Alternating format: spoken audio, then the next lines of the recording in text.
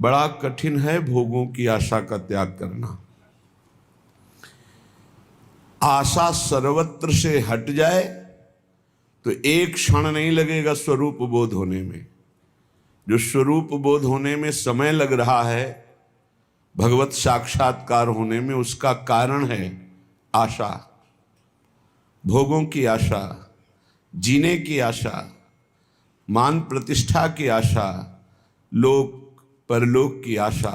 अगर ये आशा नष्ट हो जाए, अभी भगवत साक्षात्कार हो जाए।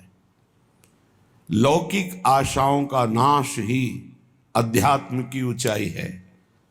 सेवक जी महाराज कह रहे हैं, बहुत वेदों का ज्ञान हो चुका है, कर्म धर्मों में भी बड़े प्रवीण हो, लेकिन तुम्हें पता है तुम एक फांसी में बंधे हुए हो, आशा की फांसी।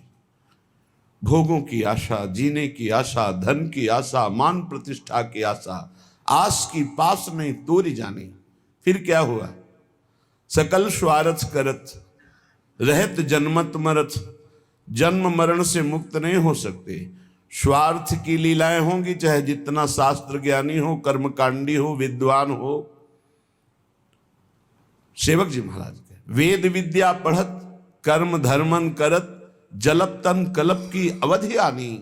चारुगति छाण संसार भटकत भ्रमत आस की पास नहीं तोरी जानी। जिस समय पिंगला वैश्या विदेह राज की नगरी जनकपुर में श्रृंगार करके बैठी कि कोई पुरुष आएगा, मेरे शरीर का मूल्य चुकाएगा और मैं उस धन से सुखी होंगी। जिस पुरुष को देखती, हाँ यही आ सकता है, कोई पुरुष नहीं आया। रात्रि हो गई, खिन्न हो गई, अपनी वृत्ति से उदास हो गई। हाय, मेरे हृदय में सच्चिदानंद प्रीतम प्यारे विराजमान हैं, उनको छोड़कर नाशवान शरीरों के आसक्ति वालों से अपने सुख को चाहा। धिक्कार है मेरी बुद्धि को। आज से मैं प्रण करती हूं, कभी किसी पुरुष की आकांक्षा नहीं करूंगी, कभी किसी पुरुष के द्वारा दिए हुए भोग सुख को स्वीकार नहीं करूंगी। उसी समय उसे तत्व साक्षात्कार हो गया। उसी समय दत्तात्रेय जैसे महान अवधूत ने उसे गुरु पद में बैठाला, और हरिवंश महाप्रभु ने चतुरासी जैसे रस ग्रंथ में उसका उदाहरण दिया। प्रगट पिंगला गायो, पिंगला का नाम लिया। एक क्षण में स्थिति प्राप्त हो गई तितिक्षु ब्राह्मण की। एकादश स्कंद में पढ़ना, जिस समय सबकी आशा काटी, उसी समय तत्वबोध हो गया। सारी साधना है आशा का नाश करने के लिए। आशा ही परमम दुखम नैराश्यम परमम सुखम। पर कोई बहादुर गुरु कृपा पात्र ही इस फांसी को काट पाता है, नहीं भोगों की आशा में बहुत लंबा समय जीता रहता है।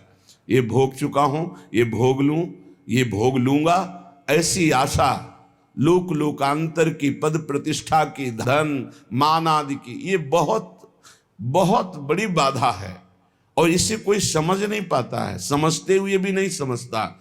अगर इस आशा की फांसी को काट दे, जाहि न चाहिए कबहु कछु, तो तुमसन सहज सने, तो बसहु निरंतर तासुर सो राउर निज गे। उसी समय भगवान का प्रकाश हृदय में हो जाए। भगवान के हृदय में रहते हुए भी हम दर्शन क्यों नहीं कर पाते? उसका कारण है इच्छा, वासना, आशा। इसका त्याग हो जाए, अभी भगवत साक्षात्कार हो जाए। साधना हो रही आशा पूर्ति की नहीं, आशा त्याग की। त्यागात् शांतनंतरम, त्याग से तत्काल शांति प्राप्त होती है और शांत मन ही भगवान में निरंतर रमण करता है। तो मन सुमिरन कर तो रहे मधुर मनोहर नित्य, नाम रूप गुण को सकल तज के भोग अनित्य। नाशवान भोगों की आशा का त्याग करके हे प्रिया प्रीतम, हे राधा माधव, निरंतर आपके नाम रूप गुण लीला धाम का ही गायन श्रवण मनन चिंतन करता रहूं। जय श्री राधा जयति जय, जय माधव घनश्याम, जयति समर्पण में विमल प्रेम नित्य सुख धाम। जय हो जय हो जय हो श्री राधा किशोरी की जय हो, घनश्याम श्री माधव की जय हो, और इनके प्रति पूर्ण समर्पण करके प्रेम करने वाले रसिकों की जय हो। बड़ी महिमा है प्रिया प्रीतम के प्रेम में डूबे हुए रसिकों की। श्रीपाद प्रबोधानंद जी महाराज कह रहे हैं, ये वृंदावन मां वसंति यदि वा, बहुत बड़ी महिमा की बात कह रहे हैं। स्पृष्ट्वात दृष्ट्वा गता ध्यायन्ति प्रणमन्ति तद्गुणगणान् गायन्ति शृण्वन्ति वा मूर्धना बिभ्रति तद्रजः क्वचन तत्संबंध संबंधिनस् तान्त्युन्नयते परम पदमहो वृंदावनम पावनम। अगर ध्यान से इसको बैठा लोगे तो निश्चिंत हो जाओगे। श्रीपाद कह रहे हैं, ये वृंदावन मां वसंती, जो अखंड वृंदावन वास का नियम लिए हुए हैं और जो वृंदावन रस के रसिक हैं, ये वृंदावन मां वसंती, यदि उनका कहीं स्पर्श हो जाए, यदि वा स्पृष्ट्वाथ अथवा दृष्टवा दर्शन करने को मिल जाए, गता ध्यायन्ति या एकांत में बैठकर उन रसिक महापुरुष का ध्यान करने को मिल जाए, या प्रणमंती सामने साष्टांग दंडवत करने को मिल जाए, तदगुण गणान गायन्ति उनकी महिमा का उनका यश गान करने का भाव बन जाए, श्रणवंती या कोई उनकी महिमा गान कर रहा हो रसिक महापुरुष की, हम सुन लें, वा मूर्धना बिभ्रत या उनकी सी चरण को लेकर मस्तक पर पधराने का, ऐसा न मिले तो उनकी चरण रज लेकर मस्तक पर धारण करने का। श्रीपाद कह रहे, तद्रह क्वचन तत्संबंध संबंधिन, यदि सीधे रसिक महापुरुष का संपर्क ना हो तो उनसे संपर्क करने वाले का स्पर्श हो जाए, दर्शन हो जाए, संभाषण हो जाए, या एकांत में उनका चिंतन हो जाए, तो श्रीपाद कह रहे परम पदमहो वृंदावनम पावनम, वृंदावन में विराजमान परम पवित्र रसिक महापुरुष का ध्यान, स्पर्श, संभाषण, प्रणाम, उनकी चरण रज, उनका चिंतन यदि हो रहा है तो निश्चित आपको परम पद प्राप्त हो जाएगा। देवर्षि नारद जी ने भी कहा है, मात संगस्त दुर्लभ हो, बड़ा दुर्लभ है महापुरुषों का संग, पर अगम्यो यदि निर्वाह कर ले जाओ तो अमोघस्य निश्चित भगवत प्राप्ति हो जाएगी।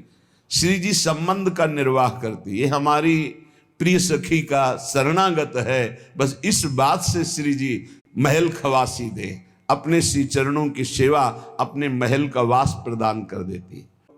जितने दोष हैं कलयुग के, काम आदि दोष हैं, ये सब रसिक महापुरुषों का संग हृदय से किया जाए तो उनके दर्शन से, उनके स्पर्श से, उनके संभाषण से नाश हो जाता है। गंगा जी भी ऐसे रसिक महापुरुषों के स्पर्श की आकांक्षा करती है कि वो कभी हमारे में चरण रख दें तो हम निष्पाप हो जाए। ऐसे रसिकों का स्पर्श, संभाषण, दर्शन, श्रीपाद कह रहे हैं, यदि दर्शन ना हो, स्पर्श ना हो, संभाषण ना हो, तो उनके जो संबंधी हैं उनका दर्शन, संभाषण, स्पर्श हो जाए तो निश्चित परम पद की प्राप्ति होती है। क्या है इसमें दर्शन संभाषण में? क्योंकि उनके अंदर प्रिया प्रीतम के प्रेम परमाणु हैं, प्रिया प्रीतम की वार्ता है, प्रिया प्रीतम का अनुराग है, प्रिया प्रीतम की आसक्ति है, तो उनके संग से हमारे हृदय में श्यामा श्याम की निश्चित आसक्ति प्रकट होती है।